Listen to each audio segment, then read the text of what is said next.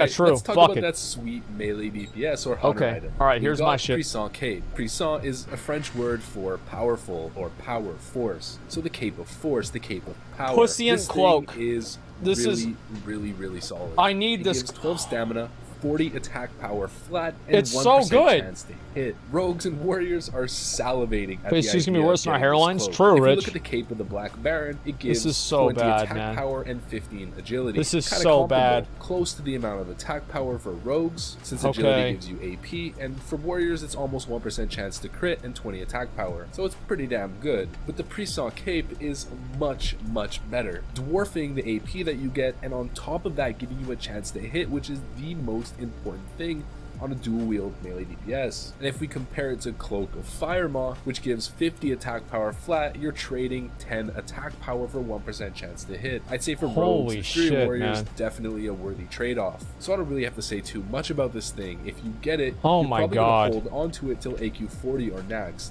Definitely. Dude, like this cloak is like better than any, like it's better. Is there anything in BWL that can even compare to this? I'm pretty sure there's not. Like, let me see. Is there any cloak in, like, back? Cloak of the Brute. Okay, that's a fucking caster cloak. The Firemaw cloak?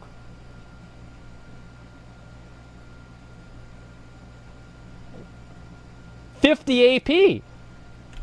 That's not as good as this. This is 1% hit. That's really good. We've got Puissant Cape, one of the best cloaks in the entire game. Alright, so those Okay. are definitely the best items that you can get off Azergos. Now let's talk about Lord Kha'Zix. The Okay. first thing I want to mention is Lord Kha'Zix doesn't have nearly as good of a loot table as Azergos. Not even close. Those Fuck items Kha'Zix. that we just went over for Azergos, some of them are ridiculously good. But that doesn't mean he doesn't have some good ones. So the first item that we've got from Kha'Zix, and the best item that we've got, is the Fel Infused Leggings.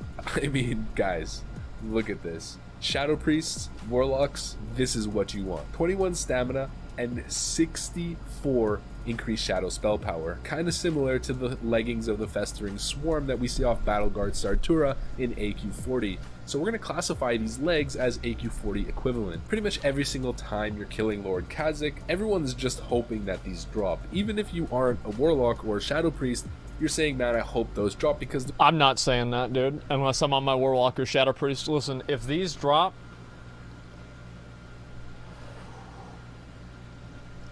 I think we're going to have a Shameless Kha'Zix.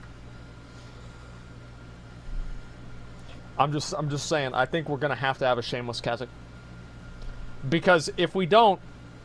I mean, what else could I possibly... Never run it on your warrior. Yeah, good luck killing Kha'Zix. Yeah. Well, no, it's like what I do is they don't know it's a Shameless Kha'Zix till we kill the boss. And I just make a raid. I'm like, yo, y'all want to kill Kha'Zix? And they're like, yeah, sure. And I'm like, cool, let's go. And you kill the boss. And then it's like, hey, does anybody want these? No? Oh, wow, surprise. I didn't invite any Warlocks or Shadow Priests into the group. I guess they're mine now. You know, that's the way it works. It's that easy.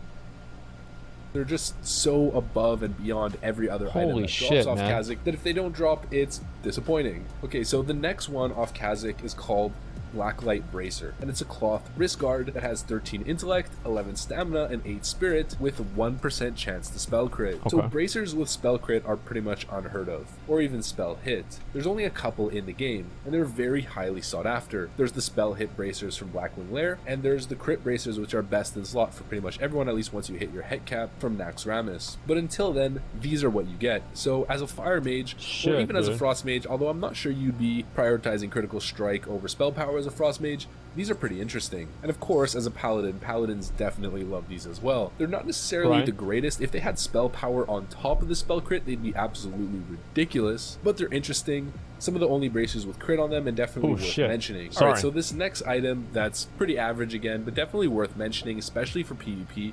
We've got Flayed Doomguard Belt. Well, the reason why it's kind of average is because it's leather, and we all know elemental shamans and boomkins are not necessarily the most highly viewed specs. But this belt is really good. It gives Wow. you really nice base stats, 18 intellect and 18 stamina, which is really, Holy really shit, high. wow. Improved chance to crit with spells by 1, and damage and healing on your magical spells by up to 4. That's Star Chicken's Spell bis. power's a little bit low, but the base stats are super high, and It's that's why I insanely mentioned it's good. so good in PvP. So obviously Boomkins and Elemental Shamans are not super viable in raiding, Boomkins more than LAs, but they're both really, really good classes when it comes to PvP, especially Elemental Shamans. And they're looking for literally any item that has spell power and crit on it, so this is pretty much perfect for them. And obviously, Paladins can definitely benefit from this belt as well. You'd be dropping a ton of raw healing power, considering some belts have like plus 50 healing on them, but crit is super important, and depending on how the Paladin wants to itemize, it's definitely a pretty decent Holy Paladin belt. Now, these next two items I'm just going to mention here really quick at the end. They're definitely quite relevant. So Lord Kha'Zix drops Eye of Shadow, and Azargos drops the Blue Dragon Sinew. Both of these are the quest items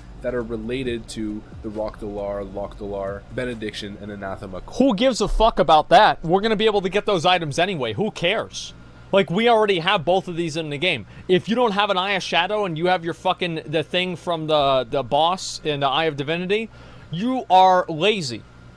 You know what you do? The first thing you do, if you get the Eye of Shadow, you say, listen, bro, like, I'm calling in all the favors right now, man. Come help me get the Eye of Shadow. Or if you want to get the Mature Dragon Sinew, you go over to Winter Spring and you get that shit done, man. You have to do it. Like, that's the secret. Wait, that's not even a secret. Like, if you're in a raiding guild, if you're in a group of people, and your guild won't help you farm out an Eye of Shadow, at least a few people in the group won't help you farm out an Eye of Shadow, leave that fucking guild. Just leave the guild. Because, I mean, like, they don't give a fuck about you. And it's like, yeah, just leave the guild. Or farm the gold and buy it. Yeah, one way or another. I mean, if guilds, like, you can join Olympus. Like, we farmed out probably 20 Eyes of Shadow for all the priests in our guild at the beginning of the game.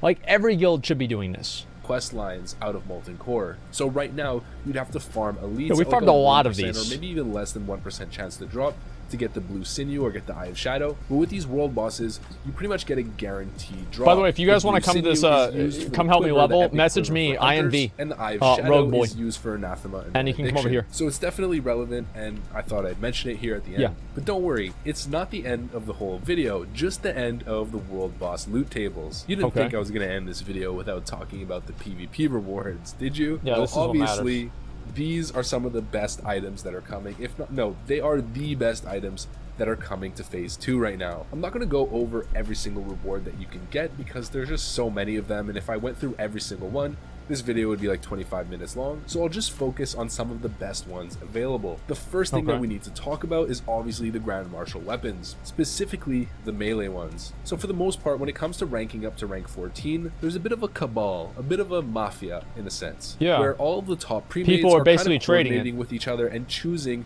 who's getting rank 14 each week. So it's like, okay, this guy's up, then this guy's next, and this guy's next. Generally, melee DPS will be prio to get rank 14 before a mage and a warlock, and that's because the melee DPS weapons are ludicrous. The Grand Marshal and High Warlord one-handers have a 2.9 weapon speed with almost 60 DPS. This is far better than anything available right now. Even once BWL comes and AQ40 until way later, there's nothing that can compare to these. So guilds like Apes that are dominating their server are most likely going to be trying to get rank 14 weapons on all of their melee DPS, or all of the ones that are actually willing to do the grind. And this is going to set them way apart from other guilds that aren't able to do that, and I'm pretty sure they're on a small server, so they're going to be able to absolutely dominate rank 14 titles. Now, the crossbow is also really good for hunters. The dagger, the staff, and the caster weapons also are pretty decent, but the best available weapon when it comes to...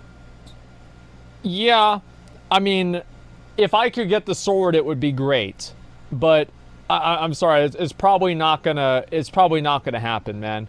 Like, imagine me going out of my way and actually doing all of this shit. Like, there's no fucking way I'm gonna be able to do it. As much as I would want to, it's just not gonna be possible, man.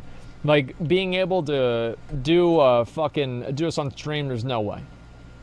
Being a caster is for sure the one-handed healing mace. This thing is a monster. 134 plus healing and 6 MP5. Holy shit. Absolutely ridiculous, guys. This is pretty much the best healing weapon that you can get until Cthulhu. It's an absolute beast. And of course, if you're a melee DPS who's focused on PvP... Dude, people are getting a hard-on over fucking the Azure Song Mageblade that gives you 40. People are getting excited over 40. Bro, this is 134. Oh my god, man. This is crazy. You know, if I had delayed streams, we could do that. No, I'd rather just not. Like, delay streams suck. We've got the two-handed claymore, the axe, 3.8 speed, almost 80 DPS.